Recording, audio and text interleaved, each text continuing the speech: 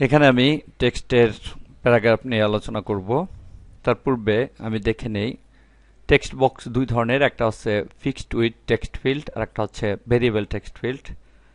আমি এখানে একটা টেক্সট বক্স যোগ করি এবং যখন এখানে ডান পাশে কর্নারে এই জায়গাটা গোল দেখব তাহলে বুঝতে হবে এটা হচ্ছে variable text field. Variable text ফিল্ডের মূল বৈশিষ্ট্য হচ্ছে এখানে কোনো কিছু লিখলে টেক্সট বক্সটা লেখার সঙ্গে সঙ্গে বড় হয়। যেমন এখানে আমি লিখি মাল্টিমিডিয়া, দেখতে পাচ্ছি এর সঙ্গে সঙ্গে এটা বাড়ছে। এটা হচ্ছে ভেরিয়েবল টেক্সট ফিল্ড। আর যদি ফিক্সড ওয়াইড টেক্সট ফিল্ড নেই তাহলে ক্লিক করে ড্র্যাগ করলে এখানে দেখতে পাচ্ছি চার কোণা একটা বক্স রয়েছে, অর্থাৎ এটা হচ্ছে বর্গক্ষেত্রের মতো। এরকম থাকলে বুঝতে হবে এটা হচ্ছে ফিক্সড ওয়াইড টেক্সট ফিল্ড, অর্থাৎ আমি যখন লিখব তখন এই টেক্সট বক্সটা ডানে বড় হবে না, নিচের দিকে লাইন ব্রেক হয়ে নিচের দিকে যাবে। যেমন এখানে আমি লিখব ভাই ভাই,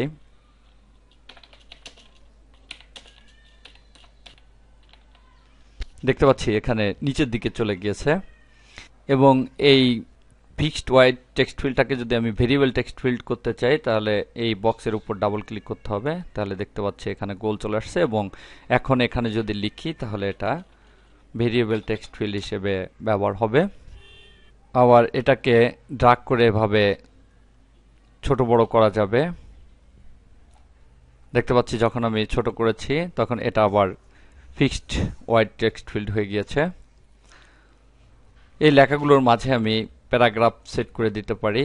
এখানে দেখতে পাচ্ছি প্যারাগ্রাফের ফরম্যাট চার ধরনের রয়েছে। এটা হচ্ছে লেফট অ্যালাইন, এটা সেন্টার অ্যালাইন, এটা রাইট অ্যালাইন, এটা জাস্টিফাই অ্যালাইন। এভাবে অ্যালাইনগুলো সেট করা যায়।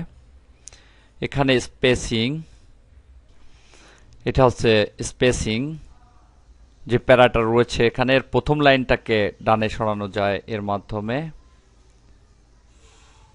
দেখতে পাচ্ছি প্রথম লাইনটা ডানে সরছে, এভাবে প্রথম লাইনটাকে ডানে বামে সরানো যায়। এটা হচ্ছে লাইন স্পেসিং, এক লাইন থেকে আর এক লাইনের স্পেস বাড়ানো কমানো যায় এখান থেকে।